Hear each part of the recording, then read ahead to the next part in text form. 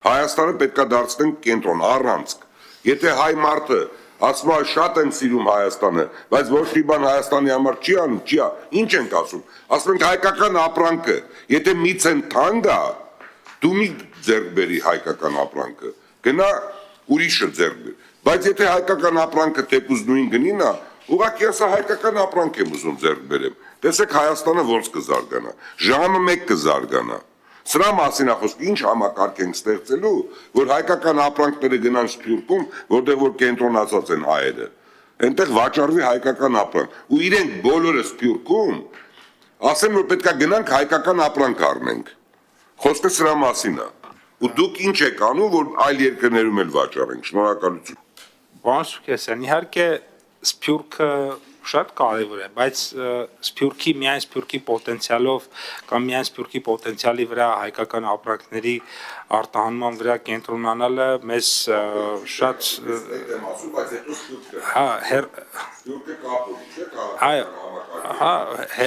շատ հեռու մեզ չի տանի, որովհետև նույն Միացյալ Նահանգներում երկար ժամանակ այս կենտրոնացած էր Սփյուռքի հնարավորության վրա ու այնտեղ Ես ասում նոր շուկաներ, եղած պայմանագրեր, հետո Սփյուռքը, հետ Սփյուռքը քաղաքական է։ Համաձայն եմ, ու դա բերել էր այն պրոբլեմի, որ Լոս Անջելեսում մի քանի 100 խանութ կա, այդ մի քանի 100 խանութից դուրս ցավոք սրտի շատ երկար ժամանակ չեն կարողանում դուրս գայինք։ Այստեղ պետք է իմ կարծիքով առհասարակ կենտրոնանալ ամերիկյան շուկայի վրա եւ գտնել մատակարարներ, որոնց հետ աշխատանքի արդյունքում հնարավոր կլինի շուկան ներթափանցել։ Այդ կոնտեքստում մենք մասնակցում ենք տարբեր միջոցառումների, այդ թվում էքսպոների եւ որոշակի հաջողություններ ունենք։ Համաձայն եմ ձեզ հետ, որ մեծ հաջողություններ չեն եւ հիմնական հաջողությունները այն ընկերությունների մոտ են, որ որոշակի քանակություն կարողանում են ապահովել, մասնավորապես գինիների դեպքում հենց այդպես էլ եղել է, այսինքն այն ընկերությունները, որոնք որոշակի քանակ եւ որակ իրար հետ կարողանում են ապահովել, իրենք են կարողացել պայմանագրեր ստորագրել, բայց պետք է շարունակենք այս ուղղությամբ աշխատանքը, այսինքն այստեղ չպետք է կանգնենք, անընդհատ պետք է բոլոր հնարավոր միջոցառումներին մասնակցենք եւ այդ առումով ունենք շատ մենք այսպես ասած հետադարձ կապ ենք հաստատում մեր միջոցառումների շահառուների հետ եւ օրինակ անցած տարվա համար ունենք շատ բարձր գոհունակություն 3 միջոցառումից, ուրեմն Միացյալ Արաբական Էմիրությունների Գալֆուդ միջոցառումը կա, գրեթե 100% գոհունակություն, այսինքն մարդիկ պայմանագրեր են կնքել գրեթե բոլորը եւ արտահանումները սկսվել եւ գոհունակության շատ բարձր ցուցանիշ ունենք Ֆրանսիայում Սիալից եւ էլի բավականին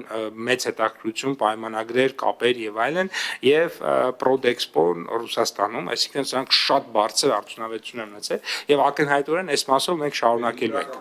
Արում եք լուծել, որ բոլորը մի պիտակով հանդես գան։ Բոլորը մի պիտակով են հանդես գալիս, որպես Եթե մի պիտակով հանդես գանք, մենք շատ մրցունակ կայուն մի համակարգ կլինենք։ Եթե մի պիտակով չի, 50 կազմակերպություն տարբեր պիտակով ագնում չի կարող ենք մրցունակ լինենք։ Կազմակերպությունները իրենց բրենդներով են ներկայանում։ Հասկացանք, բայց պիտակի գույնը, ձևը, արմինիան, բանի շո մի ձևի պետքա դա նույնացվի։ Մենք մեծ տաղավար ենք վերցնում, շատ մեծ, որոնք որ